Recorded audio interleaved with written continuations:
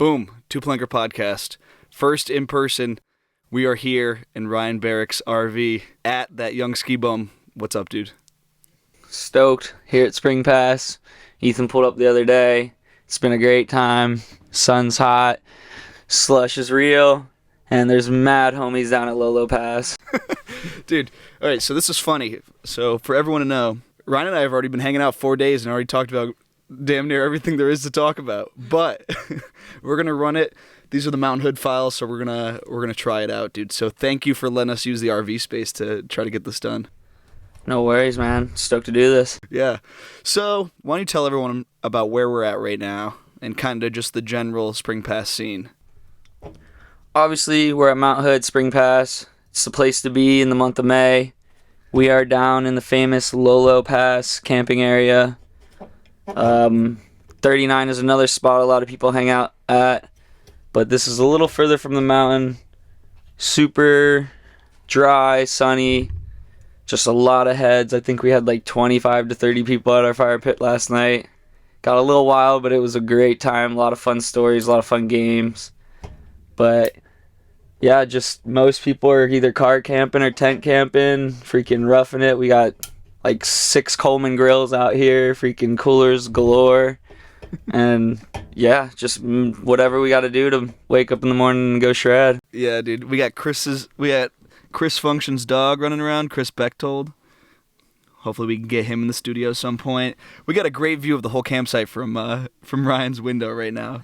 So I'm gonna give everyone an update. So last I talked about Mount Hood was the sort of snow episode.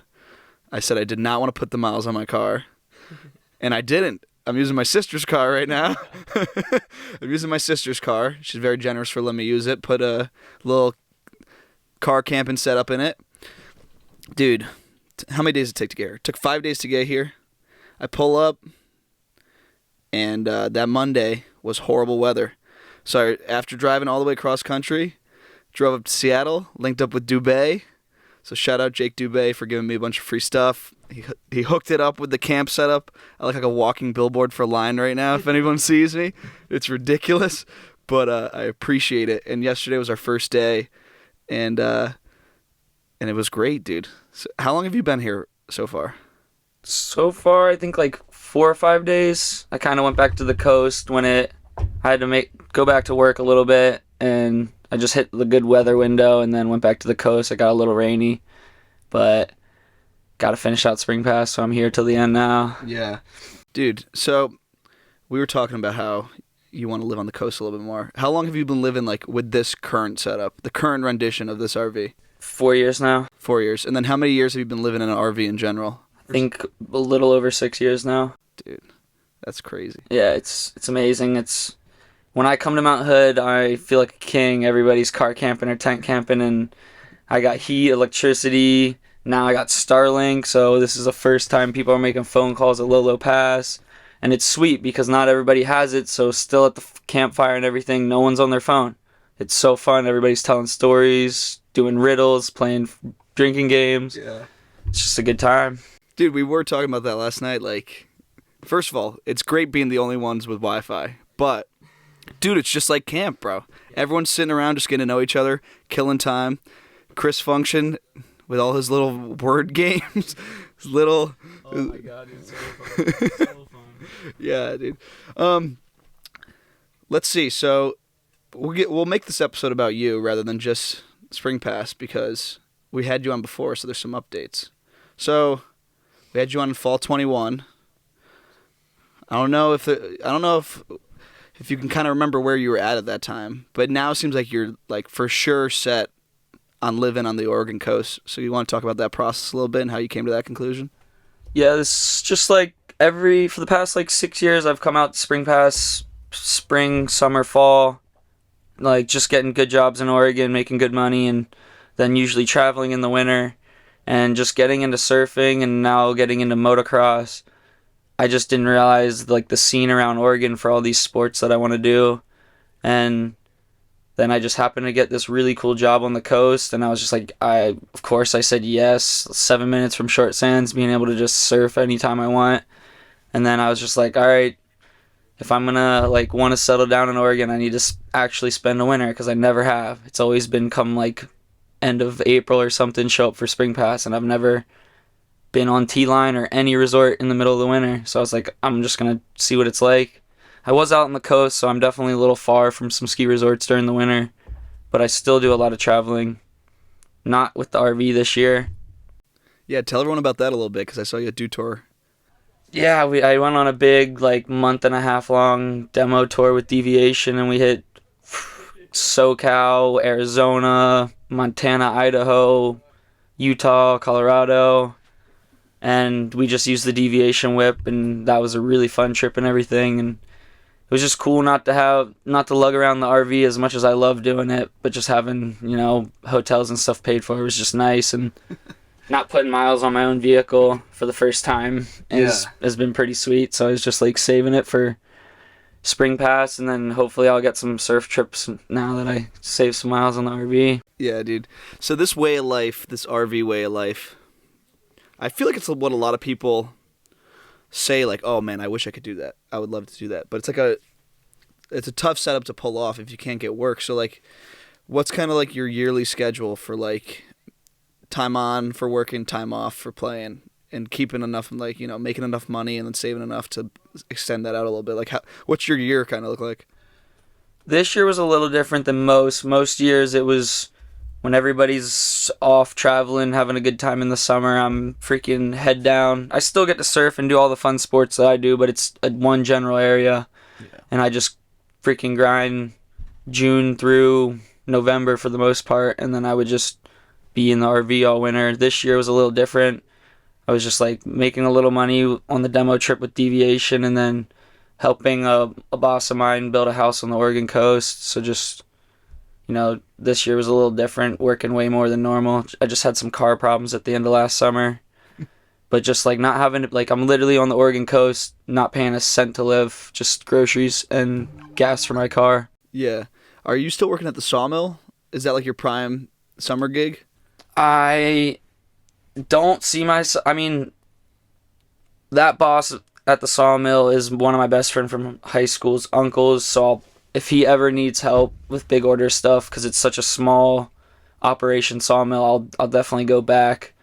But he just hooked me up with a friend of his on the Oregon coast building houses, and just basically I just got intertwined with his whole older group of dudes that are like mid-30s and up, and they're just all construction dudes and like cement guys, excavation guys and stuff like that. So it's just this cool community of hardworking dudes that also ride dirt bikes and surf, and one of them is also Dylan Hood, who's just an insane big mountain TGR skier, and it's just cool to like see how he transitioned from skiing to just like having a wife. Like, I don't know if he's wants kids or not, but just like has this house, and now he's this badass surfer on the Oregon coast, and he's still like intertwined. Like, he still looks at all the ski movies and everything. He knows what's up. Yeah.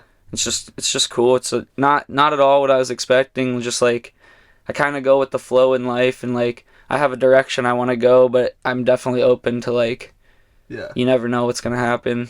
Well, dude, that's kind of the only way that you can make this work. We were talking about that before, and we kind of mentioned it on the last episode with Dubé, but it's like the freelancing side of things. Yep.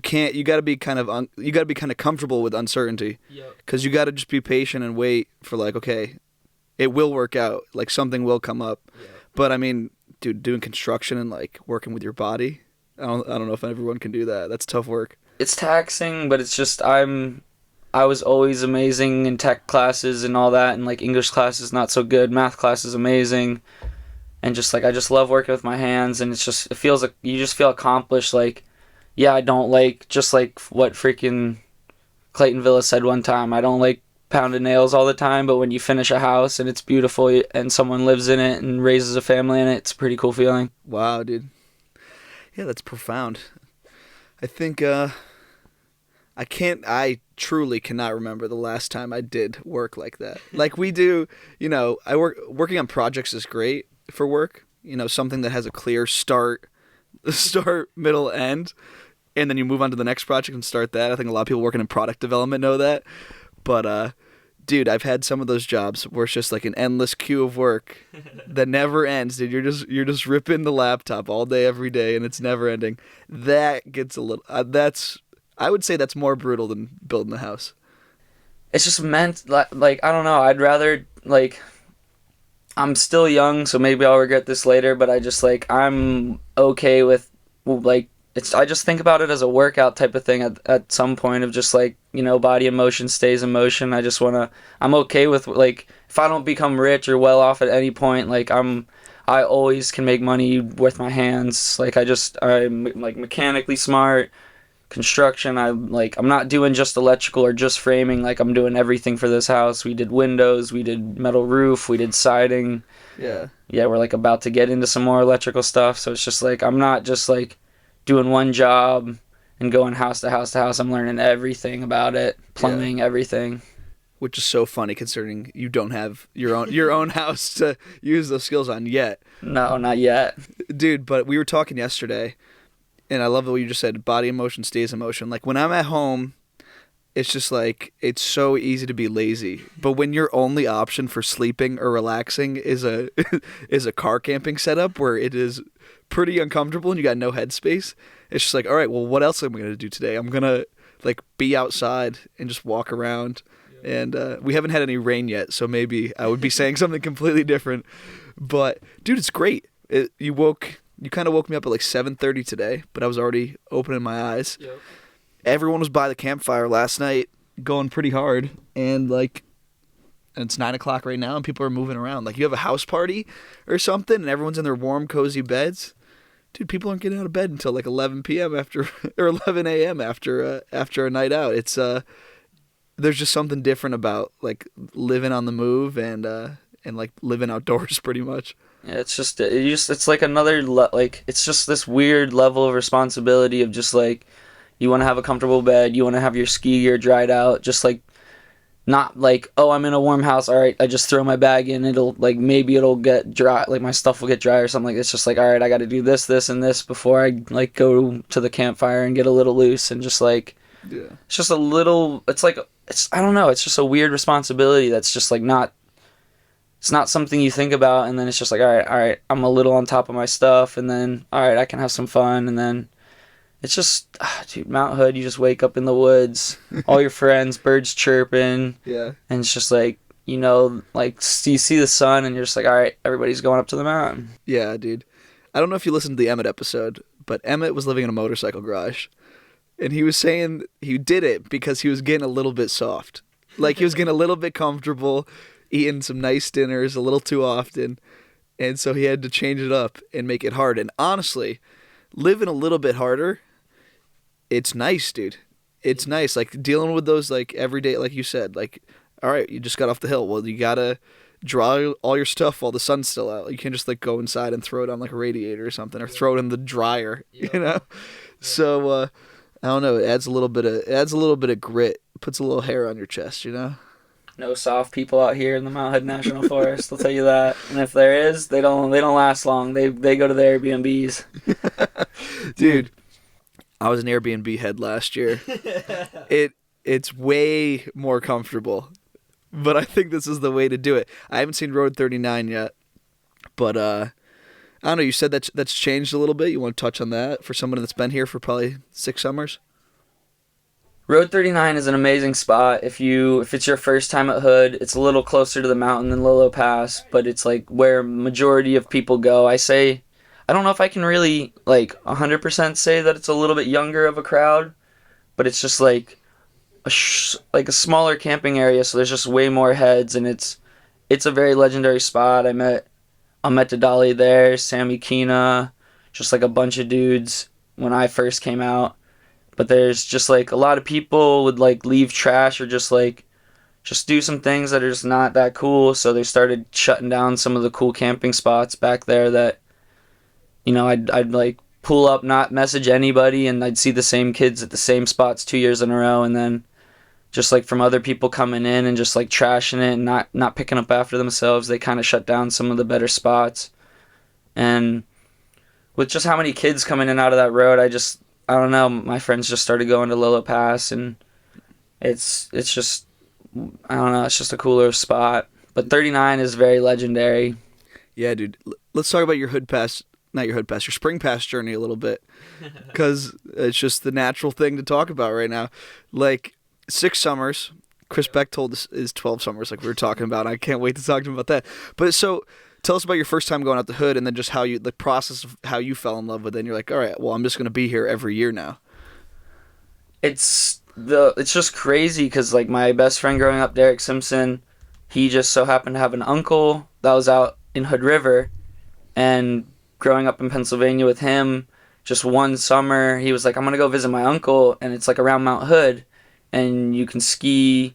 I think it was like July 4th or something. It just like came out for a week. I came out with them, and we were just like, yeah, you can ski up on Mount Hood, and we were just like, what do you mean? Like like from Pennsylvania, that's psycho. Yeah. And so we just came out, and we came up just like 1 or 2 days. I wasn't like, we definitely hit the park, but I wasn't like super into this. Like I didn't know like West Coast sessions like that crazy yet. I was still pretty young. I want to say like 12 or 13 or something like that. And that was my first hood experience of just like, whoa, like just like the mountain is, you just all of a sudden go from like a couple thousand feet to just 6,000 plus, and it's just one cone peak. And then all after a bunch of years of just like seeing West Coast sessions and getting much better at park and stuff like that, and just hearing all the stories of the Great Migration from all like the Vermont people and everything, going out to hood, I was just like, all right. I graduated high school. I was a manager at Subway at 18, and I was just like not paying rent at my parents' house and just started stacking money. I was like, all right, I'm going to Oregon for this spring pass. I honestly don't know what really was just like motivated me so much. I just wanted to keep skiing at that point. And so I drove my Subaru Forester. I packed a lot of things into my Subaru Forester and just drove out to Oregon, stopping in Colorado and Utah and making some friends, and then just obviously ending up at T-Line. And pulled up, I don't know, I think someone just told me go to Road 39 or something like that, and I just pull up and go across this little bridge to this spot that's closed now, and there's just a lot of these kids from Vermont. Everyone's just like, you just start seeing baggy clothes and twin tips, and you're just like, all right, I don't know any of you, but I know we have something in common here. And then you just go up on a hill, and you realize there's, 200-300 kids, baggy clothes and twin tips, and you're just like, you just start riding lifts with people, and they're just like, yeah, I'm from Vermont, I'm from Maine, I'm from North Carolina, like just all over the country. For some reason, people come here. And then I started meeting people from Germany and people from Canada and people from Spain, and you're just like, what? Like, why are all these people in this forest right now just to ski? It's like there's resorts that are still open all around the world with freaking really nice resorts and like beds and all this stuff, and why do people come to T-Line?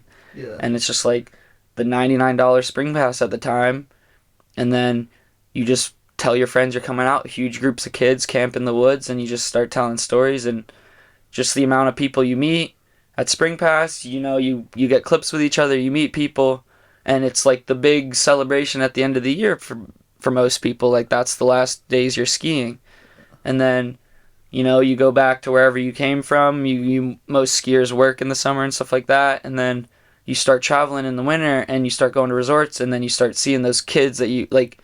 I'm really bad with names, so I just start seeing faces. I'm like, wait, how the hell do I know you? And it's just like, yo, you camped next to me at Spring Pass. And it's just like, you start like, that's when I started buying the RV and stuff and traveling. I just started people like, I know your face, like Spring Pass. And it's like, we're all over the country. Yeah. And it's just like, now I know all these people. And it's just like, now I can, yo, I'm coming to urban trip in Vermont. Like, yo, I need a place to stay. And they're like, hell yeah, let's go.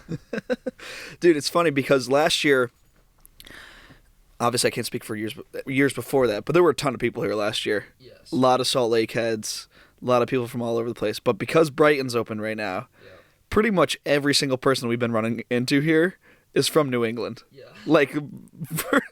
For sure. Most of these kids, when we ask them, where are you from? It's Vermont primarily, and then like Massachusetts, New York. The amount of green license plate this year has been pretty sweet to see.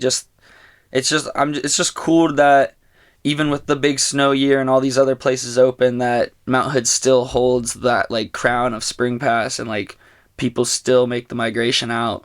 Yeah, dude. It's just it's so awesome. And I was thinking about that the first night that we were at the campfire. It's like there was all these heads. Yep. And it's like, all right, the only thing that we for sure all have in common is that we love skiing. Yep. And so you're just all out here together. Just like showing clips, talking about what you did this winter.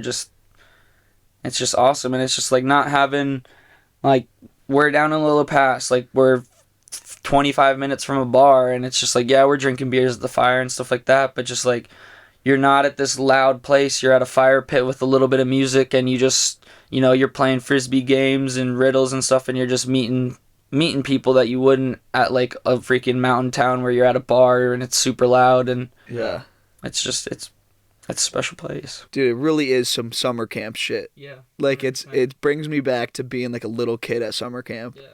And hanging out in the woods, dude. It's so funny. Thinking of Chris, camp kid. Yeah, Chris is I mean, we have to have him on now because he's been talking so much.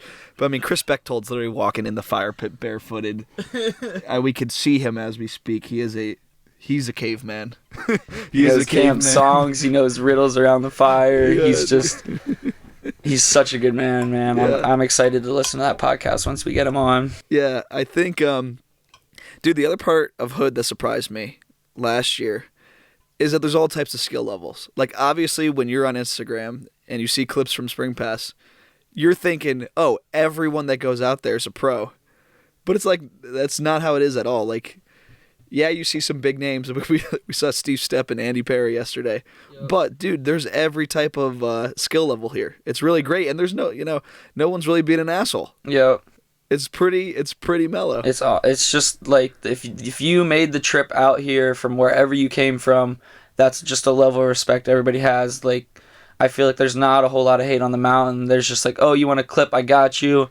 And then there's the obvious like, oh, it's not like, I'm going to be a little tough love and be like, no, this is probably not the clip you want, but it's just like this respect level and just like what it used to be like growing up filming with your friends, then they would just like check you and just be like, I know you can do this better, and there's no hate. It's been a great time, and just like we met a kid who came from an island off the coast of Florida.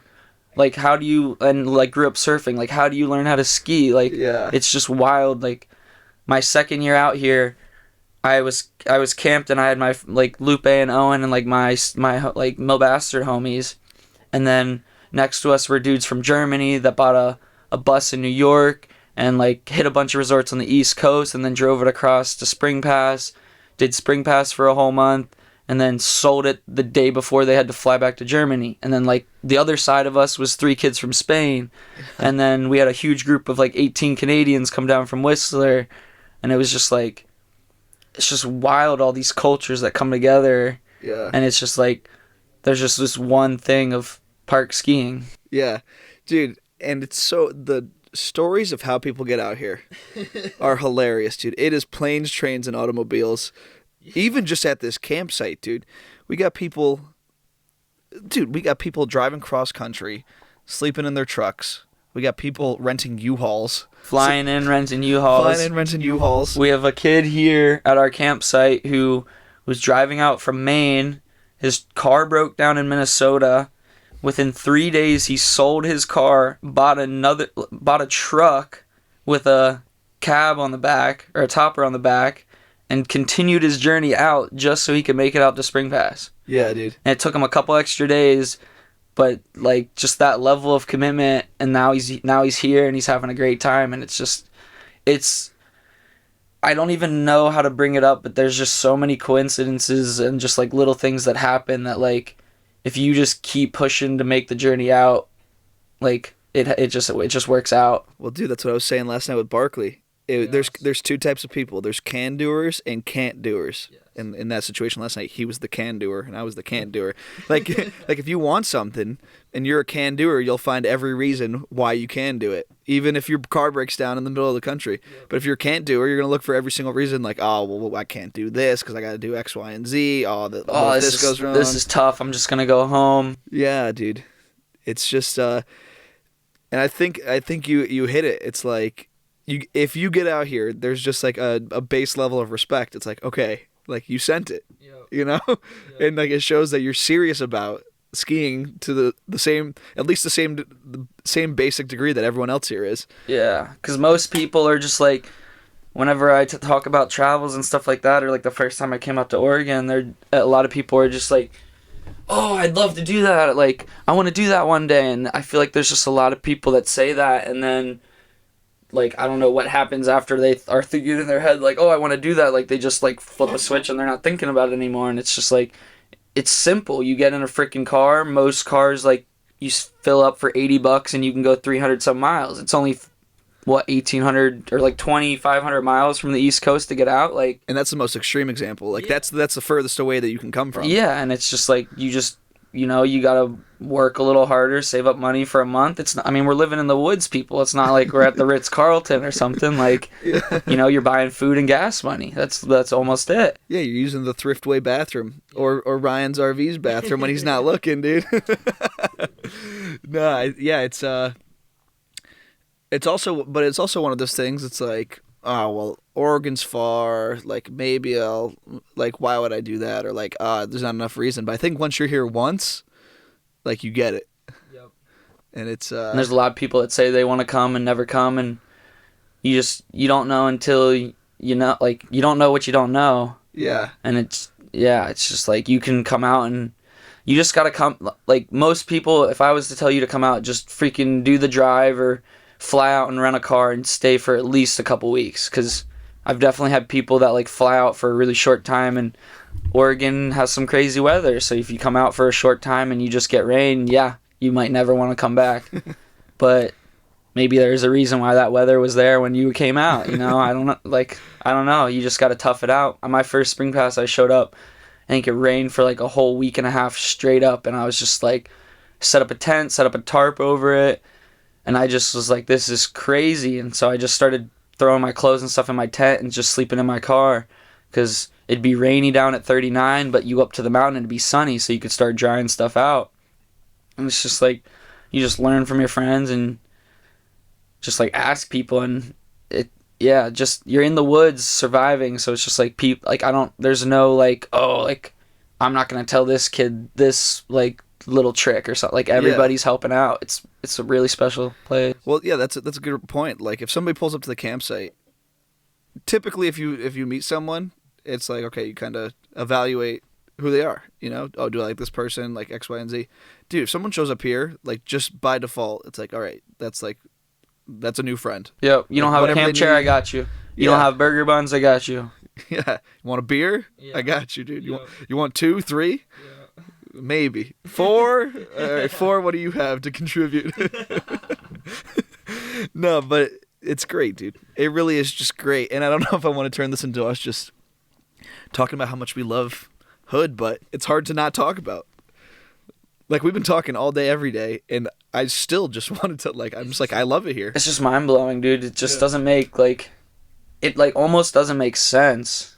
Yeah, it's super magical, and I think, like, my buddy in college, he took this class on, like, travel and tourism, and then he gave me his textbook afterwards, and it was great, and, like, kind of the intro chapters were, like, about the different types of travel. You know, like, back in the day, I forget, like, the time period, but it's like kids from England forever have been, like, taking time after high school or college and going around Europe, and it was integrated into their culture at the time.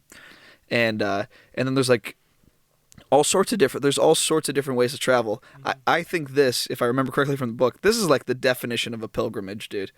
It really is. It really is. And I won't make any religious comparisons, even though I'm, like, super tempted to. But dude, that's what it feels like. It feels like if you're gonna do one big trip in skiing, and you love park skiing, I think this is the only place you should ever go to. Like, if you got some money to spend, dude, fuck going to even Salt Lake. Salt Lake's great. But, like, if you can choose one place, I think, dude, you got to do this at least once. Yeah. At least once. The amount of people you meet is just crazy. And then, yeah, after it's over, everybody spreads back out, and then in the winter when you're traveling, you just see them all again. Yeah. Well, I mean, we met at Spring Pass last year for the first time. Yes. It was great. I had you on the podcast, fall 21. So then May 22 comes around. I'm here with my family. We pull up to the bottom parking lot in Govey, and you're like, "Yo, Ethan, what's up?" And I'm with my dad, and it's me, you, and Tyler chatting, and he's like, "Oh, you guys know each other from the podcast? Let's get a picture." So first time meeting you in person, my dad's taking photos of us because he thought you're some X Games head. It's so fun. I still have that photo somewhere. I gotta find it. But dude, really, just it's so tight. It's just cool because everybody in skiing's creative, so everybody has different outlets and has different things to contribute. So it's just like, I don't. Yeah, dude. I'm speechless about Spring Pass. It's just like this, and like every year, every now and then, there's some people that just have come out here long enough, or just like, I don't know, feeling burnt out on it, and like every now and then I'm like, yeah, maybe I won't go to Spring Pass this year, just like, because some of those first years were just so insane of people from literally all over the world coming. But like I came back this year just because I was on the Oregon coast, so it was just a quick drive, and I'm just so happy I did because it's not the normal crew I camp with. Obviously, I met you last year, and just like I'm with Chris, who I've been with almost every freaking Spring Pass. But like Barkley, I know through Derek going to college in Colorado, but I didn't really know him super deeply. And just last night around the fire, it's just cool to like, you're around a fire for a couple hours, so you really get to know somebody, and you just see how they work, and yeah, you're just like, all right, this dude's not putting a face on when he's on the mountain, like. Yeah. This is how they are. Yeah, and I mean, not that we thought that Barkley was capping at all, but it's just like you just get to know him. You just get to know him better. You're just like, wow, this dude was like funny and cool and a really good skier, but then you're like, oh wow, he's from Alaska. Like, you send him on a fire pit run, and in 4 minutes you have a 10-foot fire. It's just like, what the heck? Yeah, he was pulling some tricks out of his sleeve that were. You turn around and he's taking like a 6-foot log and throwing it on a 10-foot log to break it in half like a caveman, and you're just like, dude. Everybody's from different places. Like, you just learn things. Yeah. Like, it's cool how Anna's, like, teaching you freaking French and stuff like that. Like, there's just... You just learn anything out here. It's crazy. Yeah, dude. You work on tricks, too. Like, we took a Palmer run yesterday, and there's a couple people that are like, nah, dude, I'm not going up. I'm here to practice my tricks. Yeah. Like, I'm here to learn. It's a trip. And we were talking about the community and how great it is. And, I mean, this ties into the... kind of the origins of this podcast, but like all through college I like got out of touch with skiing. I was telling you this yesterday. I just always knew in the back of my mind that that was the community I was going to go back to. And it was so weird because I never stayed in touch with anyone from skiing. I kind of lost touch with it, but I just knew in the back of my mind, like, oh yeah, like that'll always be there, and then I can go back whenever I want.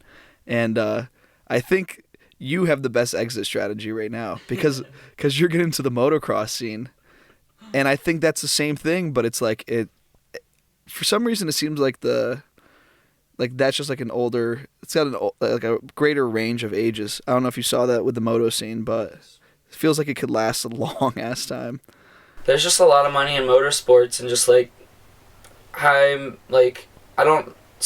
always thought I had an addictive personality, which I think I still kind of do, but I'm just after seeing my dad be super passionate about being a wrestling coach, and just like he's been retired wrestling coach for so many years, but he's still on a computer watching every single wrestling match, writing down freaking people's names for every weight class, and just like I see that I'm just a very passionate person about what I'm into, and like the first thing I ever wanted to be when I grew up was a race car driver, and just like motorsports, and then you just see how gnarly motocross is, and just like I feel like every action sports respects it, like surfing and stuff like that, and just like these old movies I used to watch, the Krusty movies, where it's just like these like loose freaking freestyle dirt bikers, and they would try and take their movies to, like moto stores and like dirt bike stores and stuff like that, and they were just like, no, we're racers. It's almost like the ski type of thing, like, no, we're a higher class of people, like we don't want this like loud metal music and drinking and gnarly tricks, and so we just want professional athletes. And they actually started selling their movies more when they took it to surf shops, because the surf crew was just like, oh yeah, like this is sick, like I can respect, like you guys are doing 100-foot jumps, like throwing your feet off, hands off, like stuff like that. And I've just always been into action sports, just the scene of like, if you're gonna mentally push yourself and you have people around you that also want to do that, and you just push each other, there's always a level of respect. It doesn't matter if personally you don't like the person's personality or whatnot, or sometimes they act a certain way. When you're doing that sport, you have a level of respect to push each other. Yeah, dude, absolutely. And it's a bummer because the more I learn about every other action sport, it's just like, dude, skiing might be the least cool of them. Like, everybody's so cool, dude. I love skiing and I love the industry, but there's just like, and I just love the people in the industry. Yeah. And that's like kind of what I keep reminding myself. Like, everybody's chasing sponsorships and like to be a part of like a huge brand, but it's just like at one point that was just like a small knit crew, and it wasn't owned by this parent company. Yeah. And just like keeping the crews alive, or like the rider owned companies, it's just that, I think that's the biggest thing. And I just love how bigger sports you can like skating and stuff, like skiing's pulled so much from that. And it's weird because a lot of people don't think, like, most people in action sports are like, don't really like, they're like, oh, skiing's cool because they're like, oh, double backflips, stuff like that. I can respect that. Like, kiteboarding, I do double backflips. Dirt biking, I do mountain, but like all that stuff. So like there is a level of just like you're pushing your mind and your body, so it relates to a lot of people. But there's a way more action sports that are much bigger than skiing. Yeah, like this is like a niche within a niche. It's crazy. Even I was talking to Chris yesterday in the line or someone. I was like, dude, there's so many damn snowboarders here. Like, we're not even the main characters of Spring Pass. You know, like snowboarding is like the amount of freaking snowboard. I think I've watched more urban snowboard videos than urban ski videos. Yeah, dude, that's nuts. The cool part is we were talking about this around the campfire last night. I forgot with who, but there's so many ways to be part of the community and contribute to the community. More so, like, because you said everyone's trying to get sponsored, but I think that's like an idea that a lot of people have. Like, and if you're highly skilled, like, you're gonna be trying to get sponsored. But dude, if you don't have the skills, there's so many different ways to contribute to skiing. Dude, you could pick up the camera, start filming. You could take some photos. You could start a fucking podcast if you wanted to. Like, there's so many different ways to contribute to it, dude. You could be a graphic designer. Like, dude, David S. Scards is involved in the ski community in a significant way. And he's making trading cards, dude. Like, there's a lot of different ways to get involved with it. I think that and the people that are passionate about it, I don't want them to get bogged down. It's like, well, I'm not that sick, so how could I really be part of it? Yeah. Like, dude, you could be part of it if you use your noggin and you get creative. Like, anyone can be part of it. But I think the rule is like you have to contribute something to it. You can't just reap all the benefits from the community without giving something back to it. Yeah. Even if that's as simple as just bringing an RV to Spring Pass, dude. You know, powering everybody's cameras, phones, all that. Like, I'll do whatever. Or bringing some beers to the campfire, dude. Like, there's so many little ways to get involved. Yeah. It's really, dude, it's really incredible. And it's Dom's boiling some water right now. Yeah, dude, it's incredible. And I think it's so cool that I think every action sport's like this. I don't know about the sports outside of it, dude. I don't know about, you know, what football players are sitting around talking about. But it seems like action sports is unique in this way where like art and creativity is inherently a part of it. Yes, I totally agree.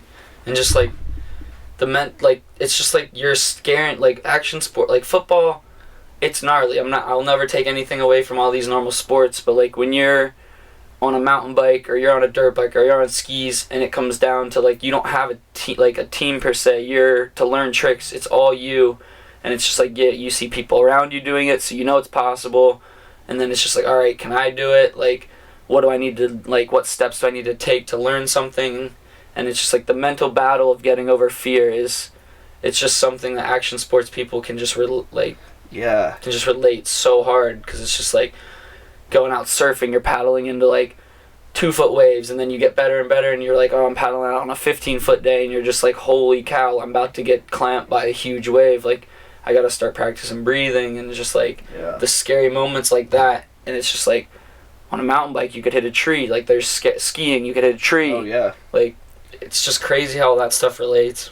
Dude, I never thought of that, but it's like fear is a huge part of the sport too. Like, it's just constantly overcoming your fear and just pushing your comfort zone. Yeah. Like, that's the only way to progress. You know, you're playing soccer. Yeah. you could just go out on the soccer field and do drills all day until you're good. But like with any action sport, like you're not getting better unless you're getting over the fear of doing X, Y, and Z. And in every sport, there's people that break out from being just an average person in many ways. Like there's people that don't do triples and stuff in skiing, but they've just done so many back twos, so many front foot, like that they just get so comfortable that it becomes super stylish, and you can just watch it all day. And they aren't someone who has triples. They aren't someone going to X Games. Yeah. But that you can still like, oh wow, like the way he did that was amazing. Like I'm gonna take that and maybe add a little bit to it, or just like I can like that's just so cool because I've done so many of those simple tricks, but you just put that flair on it. Yeah, dude. Yeah, it is so great. Like dude, in high school, I played soccer a little bit, but then I quit to work. But dude. Fuck team sports. I'll say it. I'll say it. Like if that's your thing, great. But dude, I was just never into it, dude. I don't know. I think you just gotta be wired a certain way. But it's like the personal achievement aspect of this sport in particular and pushing yourself and growing. Dude, I just love it so much more. I think the competitive side is cool. I've never competed in skiing, but like if you still got that kind of jock mindset. Like it's kind of best of both worlds, dude. You get to be competitive and have that personal, like, individual aspect to it. Yeah, if you're able to push yourself that hard on like those top tier freaking slopestyle contests, I'm sure are amazing because you're like there's 20 of the best dudes in the world. If I want to be that best dude, it's right here in front of me. I see what they're doing. I need to do it. So like I bet that tight knit group up there, like I know some of them, and it's just like. They're all friends. Like some sports, they travel all over the world and they never talk to each other. And then, like you hear podcasts with Simon and them, and they're just like they talk to like friends that they had when they were 16, and it's just like, no, we were competitors. Like we didn't really hang out or anything. But it just seems like this younger generation of those X Games dudes, like they're just traveling around the world as a huge group of friends. There's no hate whatsoever. They're just, yo, I learned this today. Yo, that's insane. Like. Then they probably go into their room or whatever, and I like, all right, Mac just did this. Now I need to do this, and it's just like I see exactly what he did. We have all the footage we can play back, and that he can talk me through it. Like, it's really cool that it's like not a team sport, but those very top dudes are really close, and they like. There's no like, I'm not gonna help you with this. It's like they help each other. It's a really cool thing to see. Yeah, dude. And it just pushes our sport further and further. Yeah, dude. Those guys have an incredible life. Just traveling around, going to these competitions, and it's the biggest group of goofballs you've ever met, dude. It is so funny. It is so funny, and I really do wonder, and I'll probably talk to them about this next time, but it's just like, what's the exit like from that? Like, you're going around, like, being a family with, like, for years with all these guys that you love, and then, you know, one day the music ends, and then you gotta transition. It's like... And I forget who I was talking to. I think we were saying this yesterday, but it's like, as I'm getting older, I'm realizing that not everything lasts forever. But like, that's not necessarily a bad thing. Like, just because something fun's ending, doesn't mean something isn't waiting around the corner. Like, I never would have imagined doing all this stuff ever before like in high school and college. And dude, now I'm out here and I'm like, oh my god, like this is great. And I had no idea that was waiting for me. It's just, dude, it's so cool. It's so magical. This place is insane. It's just wild, just like all the little experiences, just like coming out when I was 12, coming out. I've been here for 6 years. Like, I always like watch people surfing. I tried once on the East Coast to surf on like a shitty lifeguard foam board I found on the beach, and just like horrible waves. Didn't even catch a wave that day. And then just like coming out to Spring Pass, like, oh, the coast is 2 hours away. The first year, I think that group of 18 Canadians, we all went to the coast, all got surfboards, and just that entire day, we all, like, there was one kid that could surf, and he, like, obviously went out the back and was catching waves, but the majority of us were just freaking getting eaten by whitewash all day. But, you know, you push yourself, the dude next to you's like, all right, I'm not going to be soft, I'm going to keep going, and it's just cool. And then just, like, the fact that, like, I was always, like, any urban trip I went on during the winter, Saturday night, I was watching Supercross.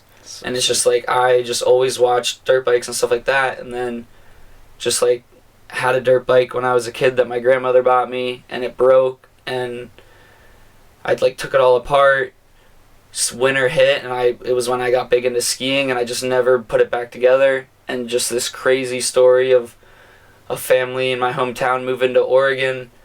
They were like, hey, do you want to drive our moving truck? We've never driven this big of a vehicle. And I was like, yeah, for sure. Yeah. And so I flew back to the East Coast, saw that there was a lot of extra room in the back of the van, and I was like, I'm going to take my dirt bike out west. I've been wanting to build, like, get this thing together. Like, it's time.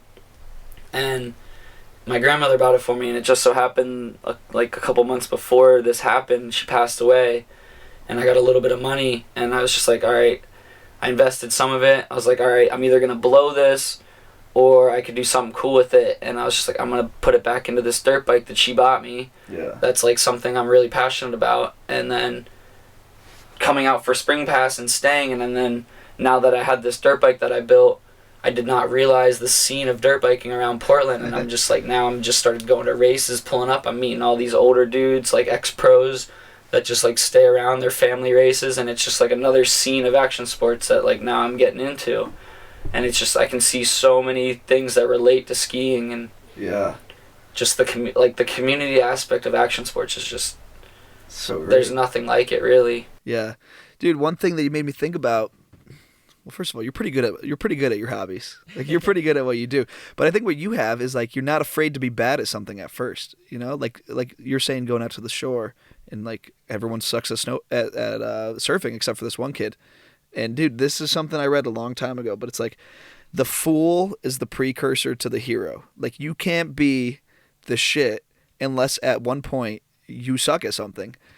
And you can never get to the point of being the man if you're not willing to be the scrub at first. Like you have to be willing to be bad at stuff at first if you want to learn to do new things. And I mean you could tie that into pretty much anything that you do. Like you fix cars like a madman. And I think on the other podcast you did the A-frame. You were like, yeah, dude, like I don't have any formal training in that. It's just like it's just trial and error. You just put just drive when I drove out west, like I just stayed out basically. So like I'm by myself, my family, most of my normal friends are thousands of miles away, and it's just like, you know, I definitely know some people that like if something really bad happened I could call, but I'm someone who like if a bad scenario happens I'll call somebody, but I don't like to rely on people because it's just like you can teach yourself how to like react in certain situations, and just like being able to rely on yourself is a really cool feeling. And like, you know, I bought my first RV out of Portland and it was a pretty rundown piece of shit, and just like things would just start breaking, and it's just like you wake up in the morning in Summit County, Colorado, it's super cold out, and for some reason you just have no electricity, and it's just like, all right, now I got to start freaking probing wires and figure it out. And it's just like it sucks and you hate it, and you just got to have backup plans. So I had a generator at the time, so I just plugged it in so I could have power at least to then start working on things. And I'm just a person that I like problem solving, so it's just like when something like that happens, it's a shitty feeling. You're stressed out, you're angry, you just like, I don't want to be here right now. But if you just, you know, calm yourself down and you just like start going at it, you start canceling things out. Because it's really not what you know, it's like what you can cancel out, and it'll teach you. And you just learn along the way. And it's taught, like, one of the best decisions I ever made was to buy that old RV, because it taught me so much. Just like, and then once you figure out a wiring problem, or you freaking blow an engine like me and you're stuck somewhere and you're like, shit, am I about to go start renting an apartment, or am I going to do every possible thing to possibly get a loan for a new art? Like, when you go from getting knocked down to being further ahead all of a sudden, you're just like, wow, that is such a powerful and insane feeling. It is, dude. And I'll even take it to like a simpler example. Like, I'm car camping, and I was texting somebody on my birthday, and like, hey, what are you doing on your birthday? I'm like, oh, I'm at Badlands looking for bison right now. And like, they're like, oh, that's awesome. Like, are you with anyone? I was like, no, dude, we're just alone. Like, and they're like, oh, where are you sleeping? I'm like, I'm sleeping in the car.